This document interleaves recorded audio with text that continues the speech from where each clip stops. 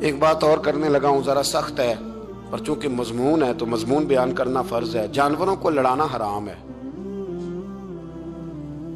حضرت عبداللہ ابن مسعود رضی اللہ تعالیٰ عنہ روایت بیان کرتے ہیں، فرمایا لعنتی ہے وہ شخص جانوروں کو آپس میں لڑاتا ہے۔ وہ لعنتی ہے جو جانوروں کو آپس میں اور آپ اس ملک میں رہتے ہیں جہاں کروڑوں روپے کی شرطیں لگتی ہیں جانوروں کی لڑائی میں، جانوروں کو اذیت دی جاتی ہے، تکلیف دی جاتی ہے، کبوتر اڑائے جاتے ہیں اور بڑا انعام اس کو ملتا ہے جس کا کبوتر دیر کے بعد آئے۔ کبوتر باز کبوتر کو بیٹھنے نہیں دیتا۔ یہ حرام ہے، شریعت اسلامیہ میں حرام ہے جانوروں کا لڑانا، اور ان کو ایک دوسرے کے خلاف ابھارنا حرام ہے، دین میں منع کیا گیا ہے۔ آپ جانور کو اگر پالیں گے بھی تو اس حد تک پالیں گے کہ جس حد تک اس کو کسی اذیت میں مبتلا نہ کیا جائے۔ کتوں کی لڑائی کرائی جاتی ہے، مرغوں کی لڑائی کرائی جاتی ہے، جانوروں کو اذیت پہنچتی ہے، بیلوں کی لڑائی ہوتی ہے، سینگ ٹوٹ جاتے ہیں، لہو اتنا بہتا ہے جانوروں کا کہ دیکھا نہیں جاتا، لیکن سامنے بیٹھنے والے تالیاں بجا رہے ہیں۔ یہ تو بڑے سخت دل لوگوں کے رویے کہ جانور کا خون بہ رہا ہے اور آپ تالیاں بجا رہے ہیں۔ مرغے بیچارے کی چونچ لہو لہان ہو گئی ہے، سامنے والے نے اتنا مارا ہے اور یہاں تالیاں بج رہی ہیں کہ میرا جیت گیا ہے، بجائے اس کے کہ اس کو پٹی کی جاتی، اس کو دیکھا جاتا۔ یہ تو سنگ دل لوگوں کا کام ہے۔ ہم تو رحمت للعالمین نبی کے غلام ہیں صلی اللہ علیہ وسلم۔ ہمارے دین نے تو ہمیں یہ مزاج ہی نہیں دیا۔ ہم نے تو پیار کرنا ہے، ہم نے تو محبت بانٹنی ہے، ہم نے تو خلوص پیدا کرنا ہے، ہم نے تو شفقت کرنی۔ جانور پر رحم کھایا جائے گا، اس کا خیال رکھا جائے گا۔ پھر آگے چلیے، میرے نبی پاک علیہ الصلوۃ والسلام نے جانور سے اس کے بچوں کو جدا کرنے سے منع فرمایا۔